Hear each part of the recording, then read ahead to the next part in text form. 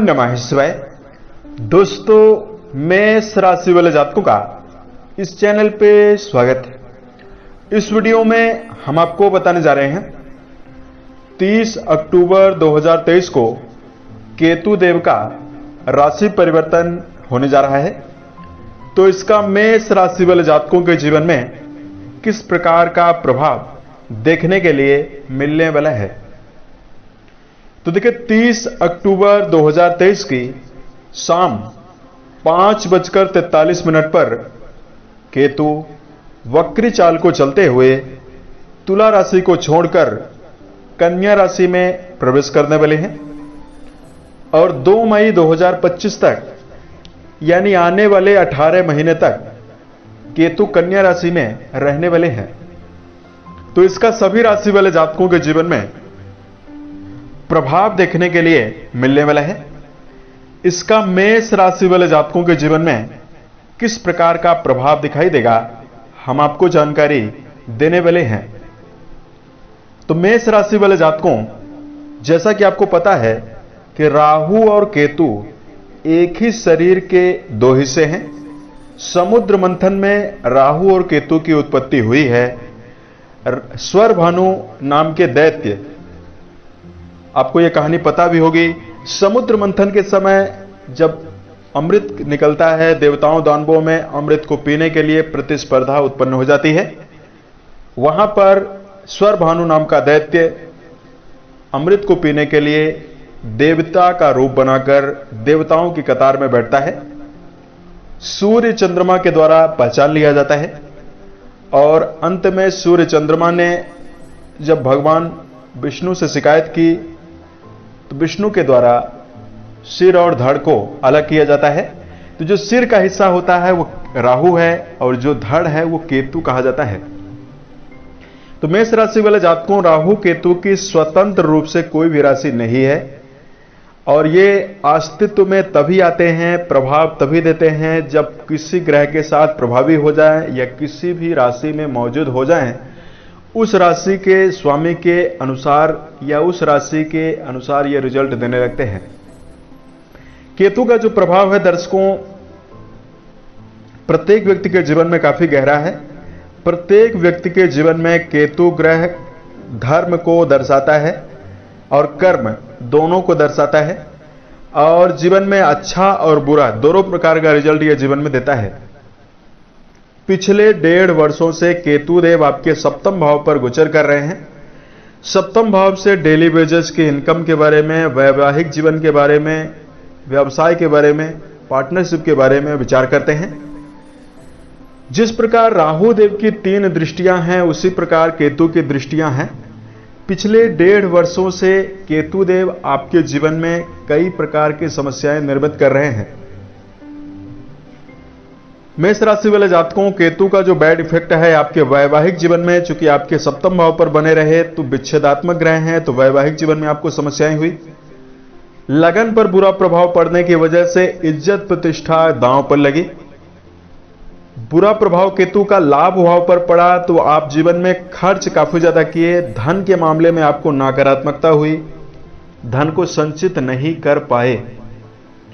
उसके साथ साथ मेष राशि वाले जातकों, लगन पर बैड इफेक्ट पड़ रहा था तो कहीं ना कहीं कर्म क्षेत्र के मामले में आपको लगातार डिस्टरबेंस और समस्याएं हो रही थी।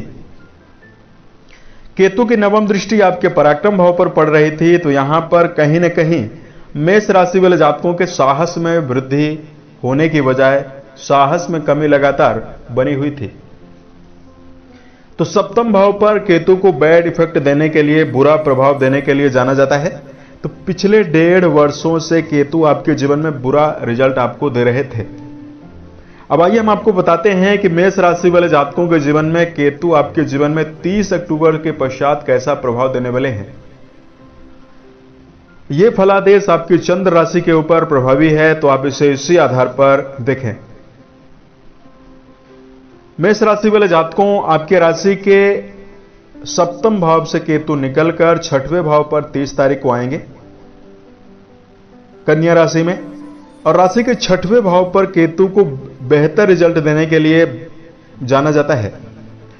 राशि के 6वें भाव से रोग, ऋण, मुकदमेबाजी के बारे में, शत्रुओं के बारे में, प्रतिस्पर्धा के बारे में, नौकरी के बारे में विचार करते हैं।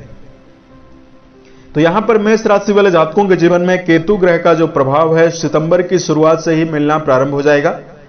सबसे पहले आपके जीवन में मुकदमेबाजी यदि आपके ऊपर बनी हुई है, किसी प्रकार के कोर्ट कचहरी जैसे मुद्दों में यदि आप जुड़े हुए हैं, विजय की संभावना को लेकर चल रहे हैं, इसमें आपको केतु बेहतर रिजल्ट आपको देने वाले हैं।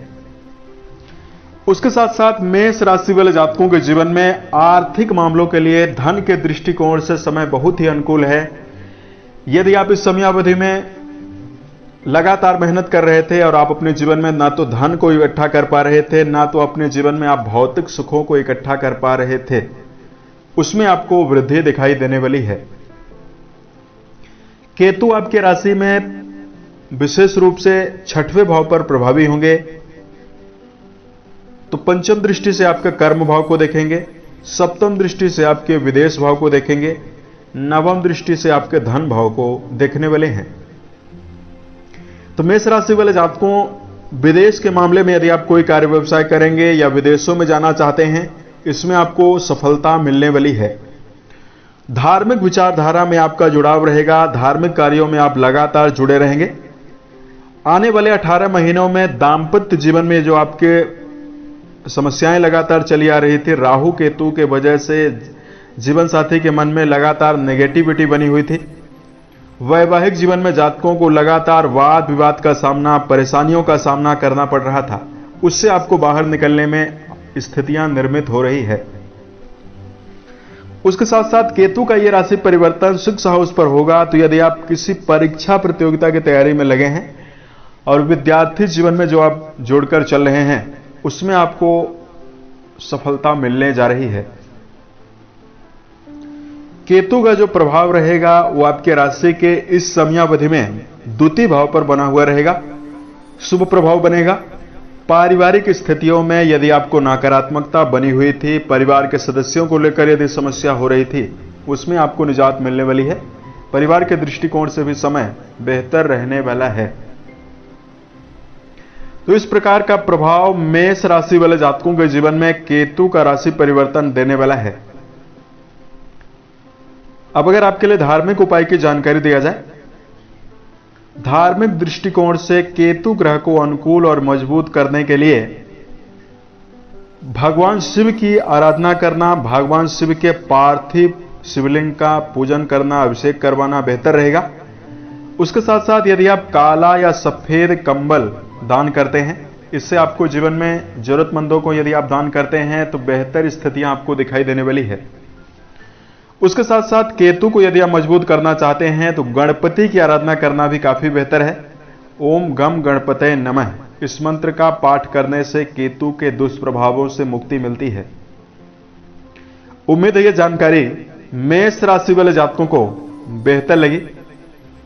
साल 2023 के सभी महीने आपके जीवन में बेहतर स्थितियों का निर्माण करे, इसी कामनाओं के साथ मैं अपने वाणी को विराम देता हूं। ओम नमः शिवाय।